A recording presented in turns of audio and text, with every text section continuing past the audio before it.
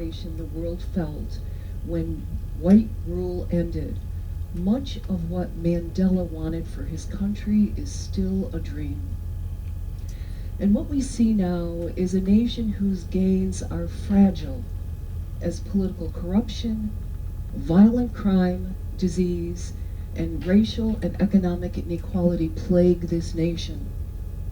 These problems and many others have eroded the promise of truly transforming South Africa. This is a pivotal time for South Africa. Can it protect what Mandela and others fought so hard to achieve? Can it save itself? When Nelson Mandela became the leader of a free South Africa, the world welcomed him with open arms. He was seen as a kind of a messiah, a person who would put an end to all the troubles that had plagued South Africa for centuries.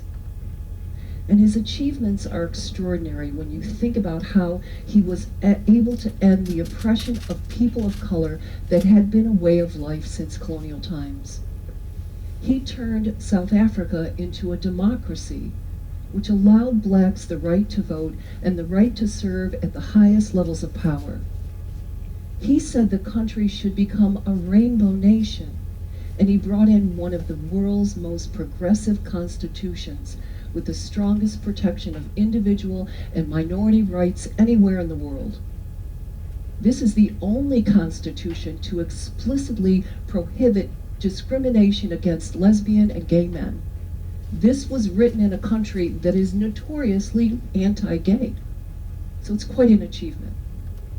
As president, Mandela sought reconciliation instead of revenge for those that had suffered under apartheid. And his overriding message of peace, justice, and freedom inspired people all over the world.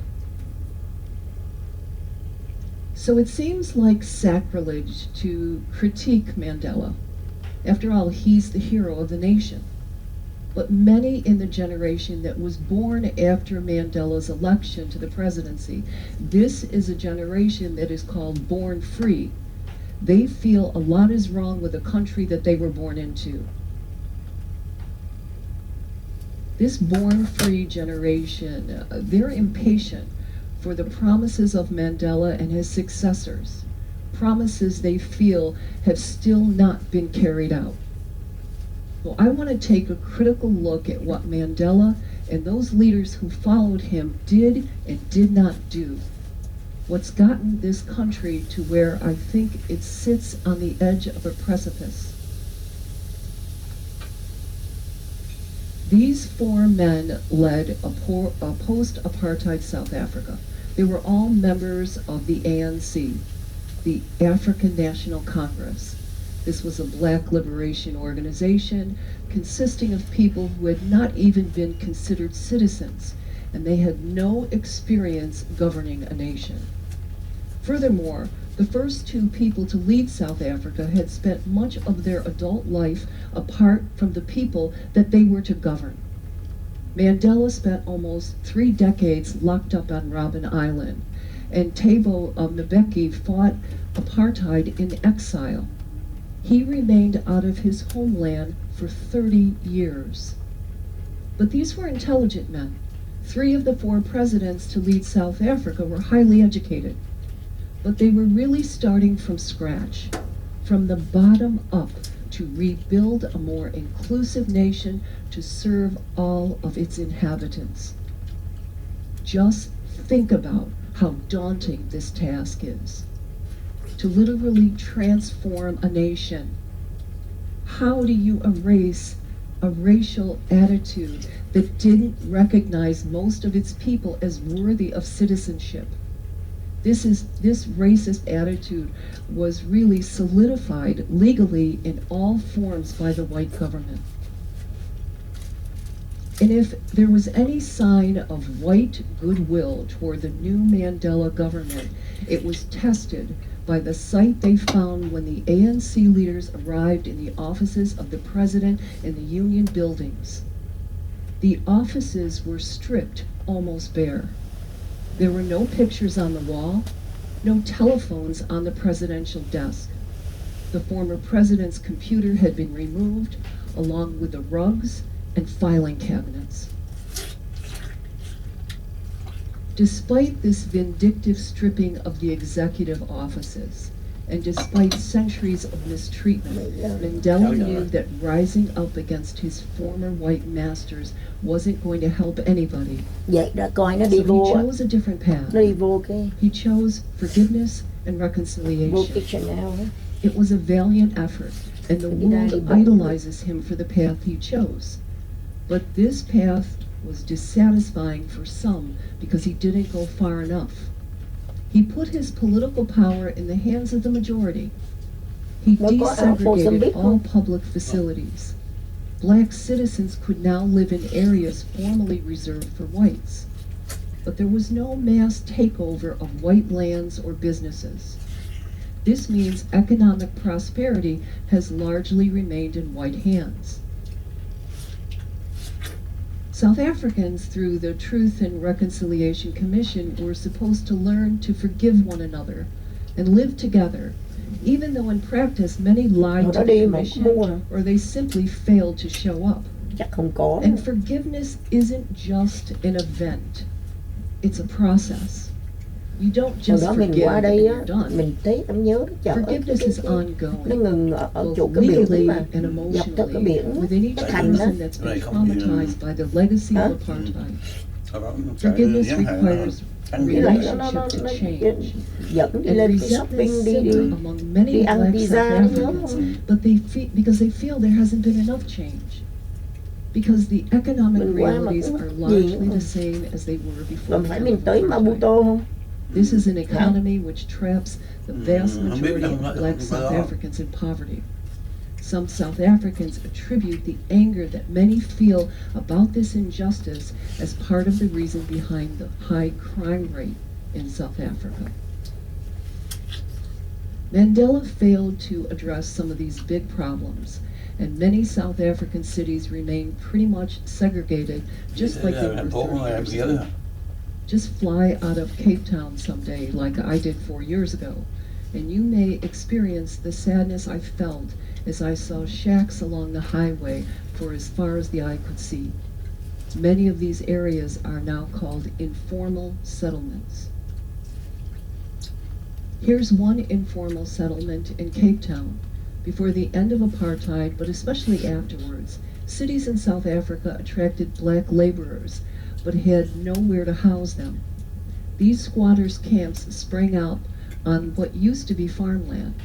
There's a lawsuit in Marikana community members brought against the city of Cape Town, and they did it because they were concerned about its failure to provide basic services like electricity, clean water, and sanitation. The lawsuit is still pending. But I believe that Mandela should not be blamed for all of these problems. Any radical change like the nationalization of white assets would have been catastrophic. It would have led to a race war between black and white South Africans. Mandela wisely wanted to avoid that. He felt that the ANC needed to capture political power first, and then they could transform the economy, one step at a time.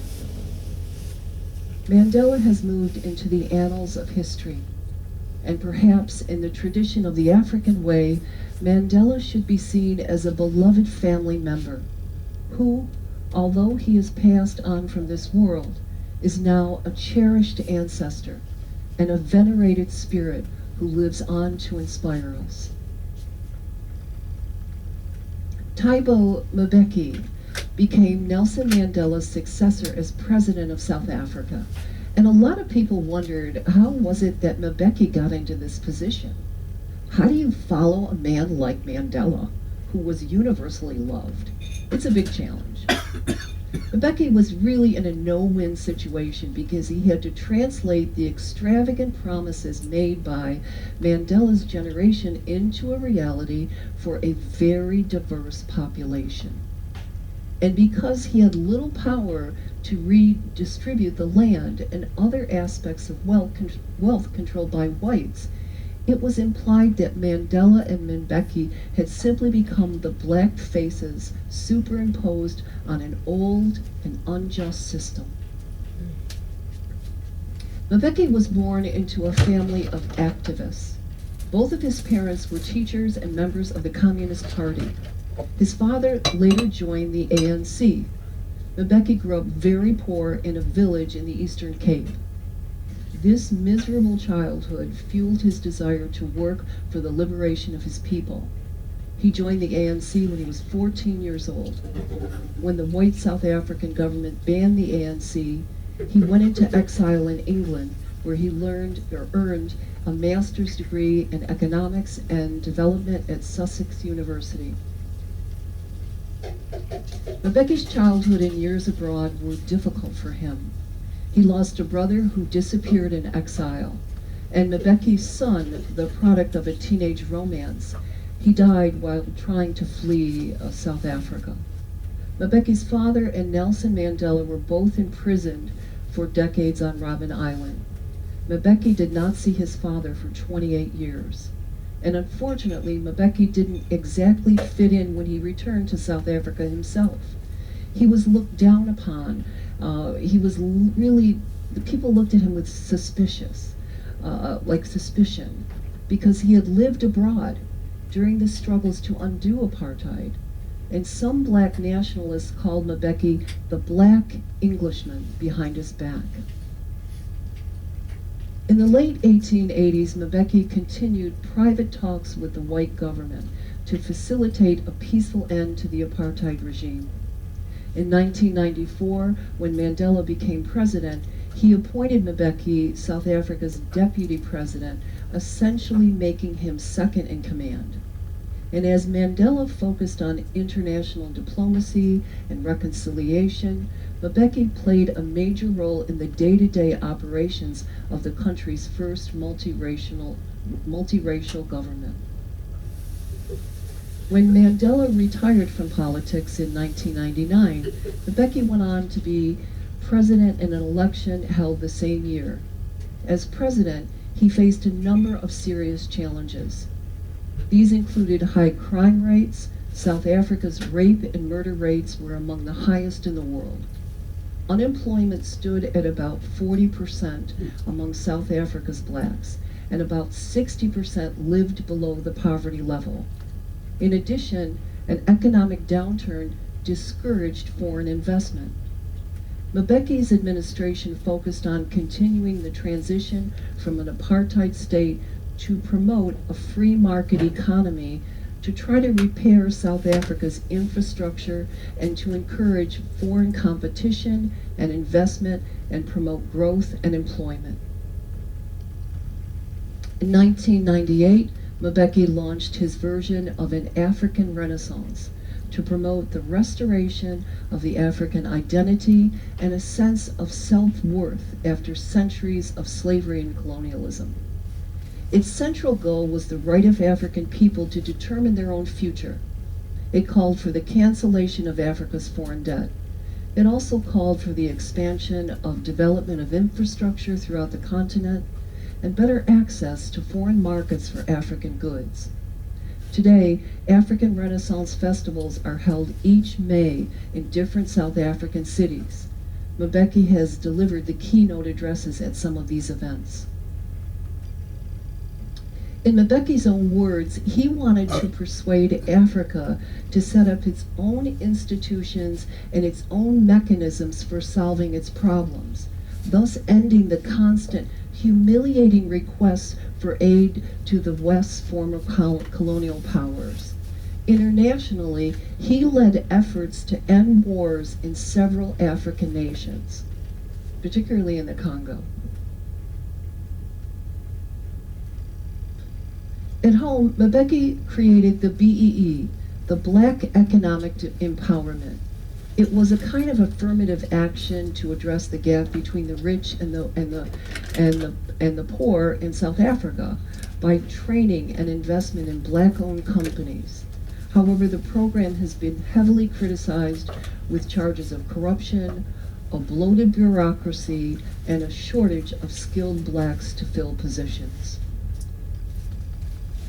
President Mbeki was also criticized for his support of Zimbabwe's dictator Robert Mugabe, a dictator who seized farms owned by whites and violently suppressed any opposition to his rule. Mbeki chose to see any criticism of Mugabe as British imperialistic propaganda. But the grim reality for Zimbabweans was under Mugabe, and thousands of these people were persecuted, and they ended up fleeing to South Africa. This influx, some believe, led to an increase in crime as well as a housing shortage. The situation has resulted in a series of attacks against refugees, and Mbeki was accused of failing to acknowledge the magnitude of the problem of these refugees. Even worse was Mbeki's attitudes in combating the spread of AIDS in South Africa. The government practiced what I could only call is a complete denial of the facts about AIDS. And Mbeki himself led the rejection of authentic and established research to prevent and treat the disease. He believed anti-AIDS campaigns were a foreign trick to control African sexuality. He said that HIV does not cause AIDS. He led the government to withhold distribution of the antiviral drugs to public hospitals because he believed the AIDS crisis was blown out of proportion. He felt the world was exaggerating this crisis so Western pharmaceutical companies could make big profits off the sale of drugs to South Africans with HIV. Given the scale of the epidemic, the words and deeds of South Africa's presidents have hindered the dedicated champions. These are activists, doctors and nurses who are trying to treat and prevent this virus. South Africa remains at the epicenter of the HIV pandemic as the largest AIDS epidemic in the world. 20% of all people living with HIV are in South Africa, and 20% of new HIV infections occur here too. There are an estimated 8.2 million people living with HIV as of 2021 in this country. Mbeki was re-elected in 2004, but he resigned in 2008 when he lost the support of the ANC, South Africa's major political party. And here's what's caused his downfall. In June 2005, or I should say 2004, Mbeki fired Jacob Zuma, who had been serving as the administration's deputy president. Jacob Zuma had been found guilty of taking bribes in return for approving a multi-billion-dollar defense contract. These friends of Jacob Zuma wanted to shield his accountability for this corruption scandal, and they claimed the charges against Zuma were politically motivated. They dumped Mbeki, and they selected Zuma as the next president of South Africa. Furthermore, the National Director of Public Prosecutions suppressed Zuma's corruption charges. It seems so strange that Mbeki was seen as an obstacle, that he had to be removed so this dishonest Jacob Zuma could be protected from prosecution for his criminal actions. But there was an attitude among some members of the ANC that it was finally their turn to enrich themselves, that after decades of enduring white rule, they deserved a taste of wealth and prosperity, and they were willing to break the law to do it. The ANC went on to strip the power of a democratically elected president, Mbeki, and turned it over to this crook, Zuma, to continue his crimes unabated for the decade that he ruled South Africa. The absence of accountability and the complicity of the ANC allowed people like Zuma and others to steal with impunity, and the crushing needs of the public who elected Zuma went unmet. Not even a trial for raping a family friend prevented Zuma from ascending to the presidency. Here's the story. In 2005, a 31-year-old woman accused Zuma of rape. She happened to be the daughter of a man who had served in Robben Island prison with Zuma. Zuma admitted to unprotected sex with her, although he knew she was HIV positive, but he said it was consensual. The trial turned into a circus. Members of the ANC stood outside the courthouse carrying the banners against the woman which said, excuse my language, burn the bitch. Zuma himself sang to his fans outside a controversial, violent theme song he's known for. It's called Bring My Machine. The machine here means his machine gun. His behavior inside the courtroom was even more outrageous. He testified that the woman had worn a colorful, traditional wrap around her body, which was a clear invitation to sex. Finally, at some points during his cross-examination, he placed his middle finger, you know the one I'm talking about, he placed his middle finger on the bridge of his eyeglasses while he testified to express his contempt for the proceedings. Zuma was acquitted of rape in 2006. But in the wake of this trial, the 1 in 9 campaign was established as an expression of solidarity with women who speak out about rape and sexual violence. The campaign's name came from the Medical Research Council study on sexual violence, which reports that only 1 out of every 9 rape survivors report the attack to the police. This statistic prompted the name 1 in 9. Statistics also indicate that of the cases that do not reach the courts, less than 5% of the rapists are convicted. Unfortunately, this campaign has made little headway in reducing sexual violence. So in 2016, female university students across South Africa led demonstrations to protest gender-based violence and what was labeled as the End Rape Culture hashtag on Twitter. These protests occurred even before the Me Too movement happened. The End Rape Culture movement morphed into the total shutdown, which has been focusing on not only fast-tracking legislation to reduce violence against women, but also against members of the LGBTQ communities. There is a connection between violence against women and the AIDS epidemic. As president, Jacob Zuma introduced new AIDS testing programs, and it was well received. He also provided antiviral drugs to 80% of the people who needed them. But some experts questioned Zuma's ability to be a role model for AIDS prevention when he said that simply taking a shower after sex was enough to prevent AIDS. The World Health Organization promotes ABC, abstain, be faithful, and condomize in stopping the spread of HIV.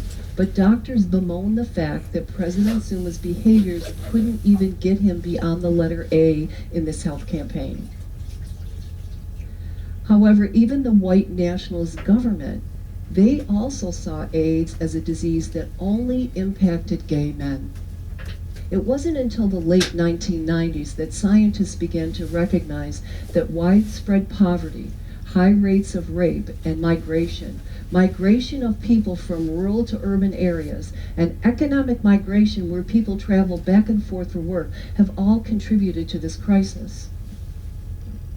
A couple of examples here. In Botswana, which shares a border with Zimbabwe, the rate of HIV is at least 25%.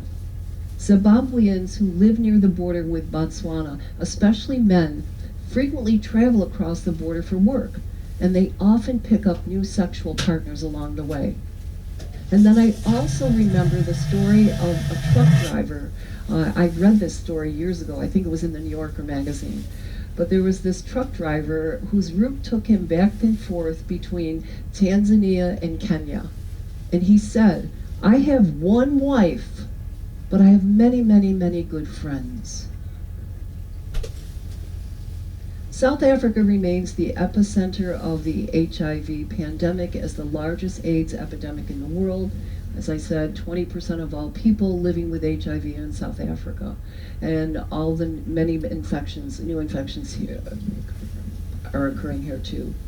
For many young adults, HIV is often not seen as a crisis because they have bigger worries: poverty, unemployment, the lack of a quality education.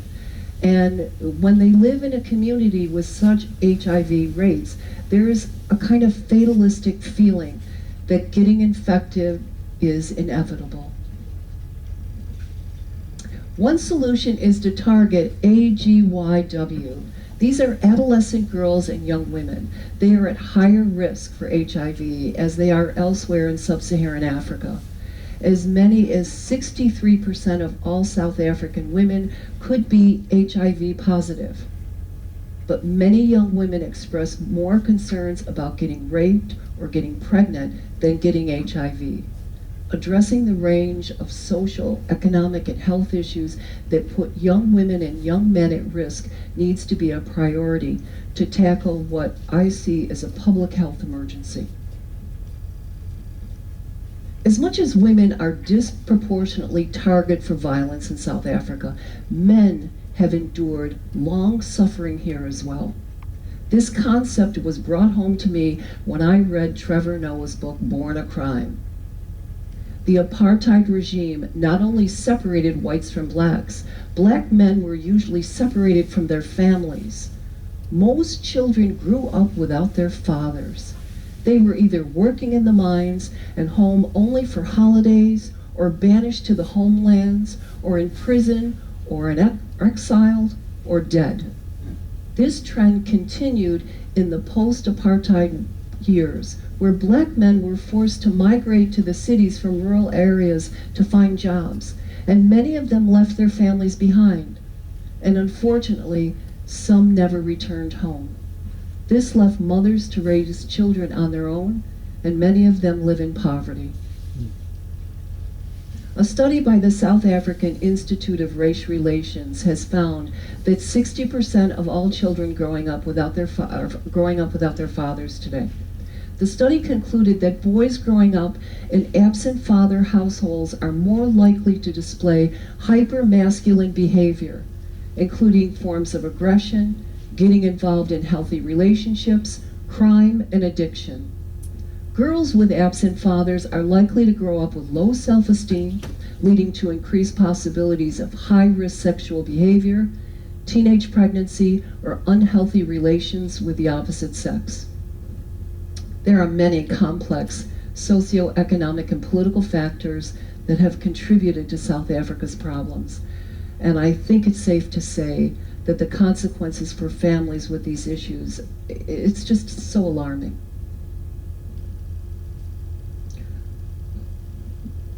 Not only did the apartheid government divide blacks and whites, it also divided black people.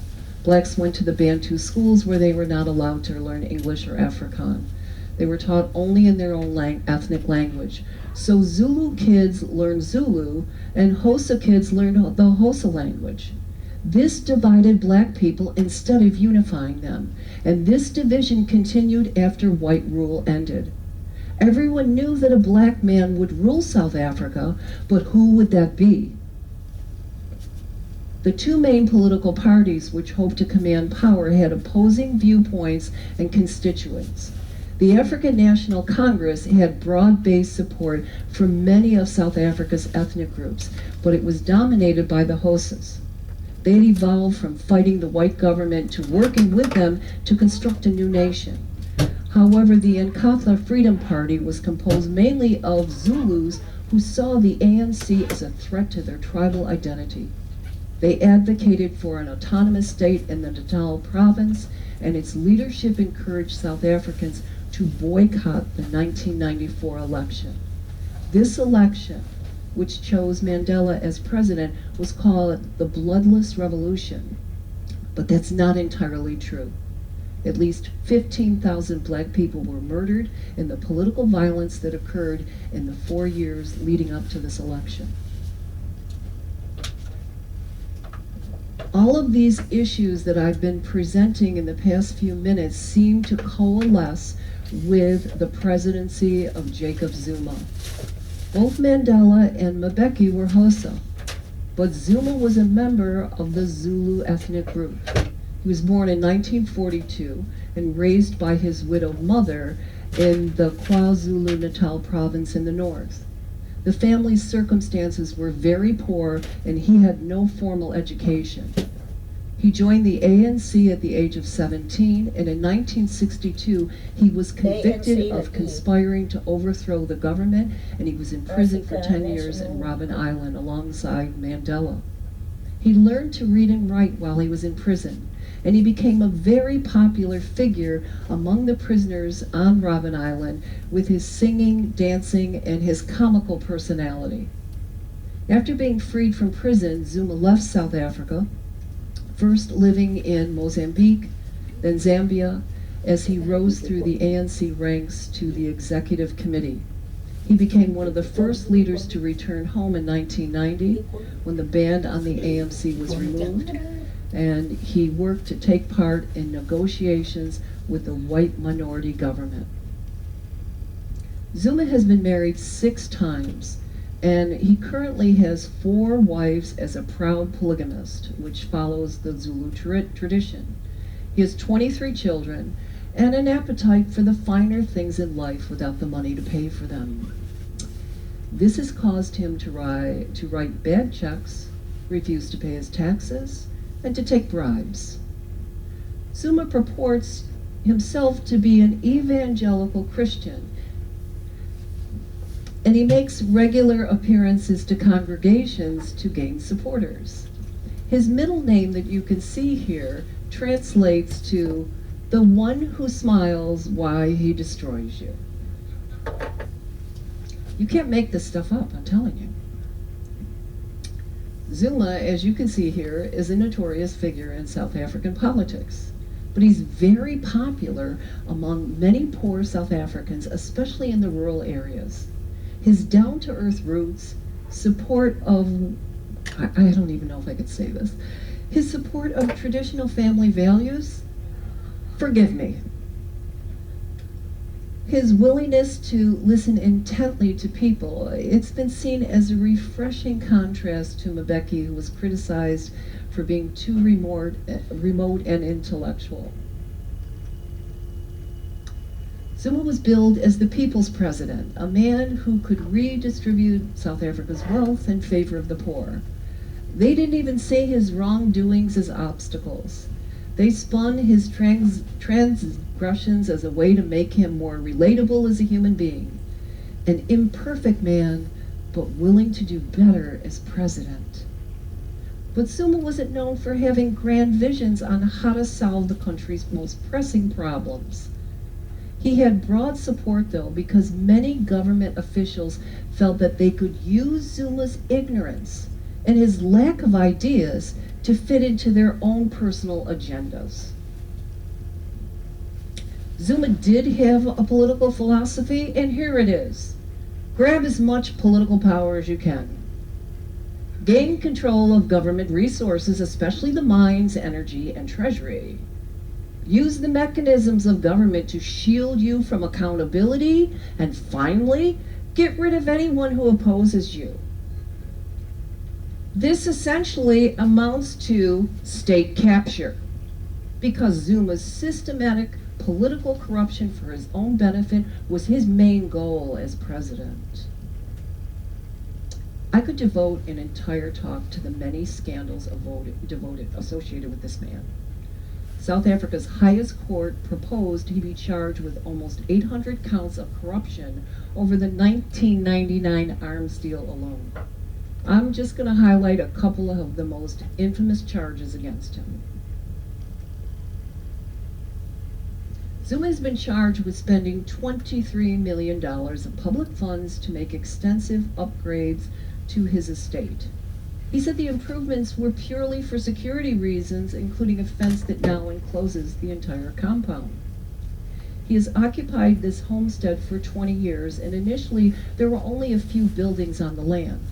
However, by 2010, the number of buildings doubled, including houses for some relatives, as well as a visitor's lounge and an amphitheater. And it's been difficult to explain how installing a swimming pool, a cattle enclosure, a chicken run, and a football pitch are security measures. He was ordered to repay the country for some of the upgrades, but he refused. Eventually, he got a bank loan to be able to give him $500,000, but many felt this sum was too low. The most damning accusations against Jacob Zuma involved his relationship with the Gupta family. They are three brothers who moved from India to set up businesses in South Africa in the early 1990s. The Guptas acted like an octopus, extending its tentacles to devour its prey. Their targets included manipulating Zuma's top-level government ministry appointments so that those in government would do their bidding. One example, in 2015, the position of Minister of Mining Resources was given to a friend of the Guptas, even though the appointee had no experience in mining. The Guptas also muscled their way into board positions of state-owned businesses so they could loot billions from the government. The Guptas hired Jacob Zuma's son, Dudu Singh, as their business partner so he could present the Gupta companies as black-run businesses. Creating this hoax guaranteed the Guptas would win these government contracts. Dudu Singh was paid $71,000 a month to get a Swiss mining company to sell a coal mine to the Guptas. The mining company refused to sell, so the Guptas got the Minister of Mining to pressure the company into giving up the mine. Jacob Zuma and his son helped the Guptas set up a newspaper called The New Age. The communications director of the government turned over the government's entire advertising budget, which was about $80 million, to this newspaper. When he refused to do that, he was fired, and a more cooperative director was hired. Vanity Fair magazine reported, and I'm quoting, "Although the New Age had no real audience, every government department appeared to subscribe to it, with thousands of copies lying around in offices unread." According to court documents, the newspaper was later used to launder money through fake advertising invoices. The paper folded in 2018. Good riddance. The Guptas also bought a state-owned uranium mine with $34 million government loan. They were supposed to repay the loan, but the government converted the debt into a 3% share of the mine. So basically, the government paid the Guptas to buy the mine, and then in return, the government got little to show for it. The Guptas renamed the mine Shiva Uranium, and Shiva is the Hindu god of destruction. So the name proved prophetic because they promptly ran the mine into the ground. Finally, leaked emails revealed that a Gupta shell company required the rights to run a government-funded dairy farm designed to empower poor black farmers. The contract was won without a bidding process. The director of the company had no experience in farming, and the Guptas siphoned off $16 million from the operation. The dairy fell into disuse, with some 100 cows dying from starvation. Some claim the money from the dairy farm project was used to fund the lavish family wedding of the Guptas. In 2013, the Gupta brothers chartered a plane with about 200 guests from India to attend the wedding of a niece in Sun City, South Africa. Using their political connections, they landed the plane at a military base near Sun City. The use of a military installation by a private family set off a government inquiry from politicians who wanted to expose corruption under Mr. Zuma. Zuma was impeached in 2017 for using government funds to pay for renovations to his personal residences. He resigned in 2018. He was in prison for corruption, but he only served a couple of months before he was released for medical reasons. He still faces another trial for fraud in a 1990 mine deal. Two of Gupta's brothers were also indicted for corruption, but they fled to Dubai. In June, they were arrested, and they are in a Dubai detention center. They're fighting to avoid extradition to South Africa. Ramaphosa was installed as president immediately after Zuma's resignation. He ran for the presidency and he won this office in 2019. Ramaphosa grew up next to a garbage dump in Soweto, the largest township in Johannesburg. He's a veteran of the struggle for civil rights, and he spent time in prison for his involvement in the Soweto student uprising of 1976. He has a law degree, and in 1982 he founded the Union of Mine Workers to create better conditions for black miners. In 1987, he led mine workers in one of the biggest strikes in South Africa's history. Post-apartheid, Ramaphosa became Secretary General of the ANC, and he oversaw the drafting of the country's first democratic constitution. But he left politics soon afterwards to pursue a career in business. He became a multimillionaire with his portfolio in a variety of companies. In 2004, he established the Shanduka and Black Umbrellas Foundation, which focuses on education and small business development. He has expanded this foundation to include programs to advance education. In 2014, he was appointed deputy president by Jacob Zuma. As president, Ramaphosa has continued to fund his philanthropic activities, but he has stepped back from his business pursuits to avoid conflicts of interest. As president, Ramaphosa has really got his work cut out for him, and the people he serves are becoming impatient. Unemployment is almost 34%. Almost half of citizens live in poverty. Land reform has not been achieved. The education system is abysmal. Economic growth stagnant. And Ramaphosa also has to undo this corruption and clean house within his own political party, the ANC, and it is increasingly losing the support of South Africans.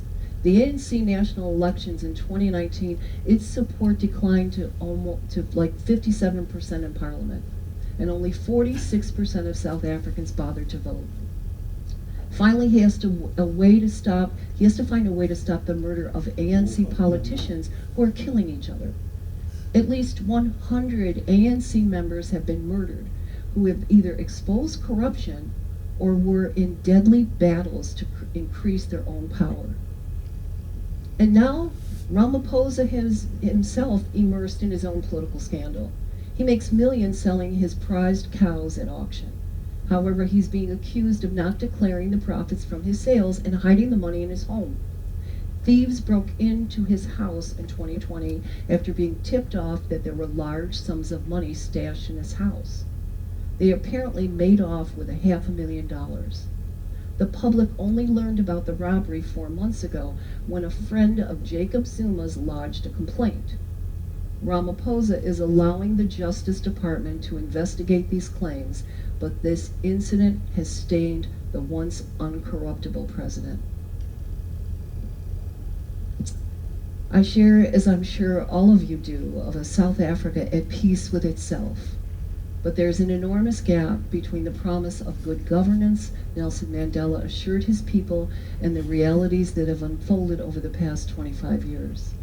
I hope that Ramaphosa and his advisors can make the necessary improvements in all aspects of society to save this nation. Thank you. Thank you. Thank you. Thank you. Thank you. Thank you.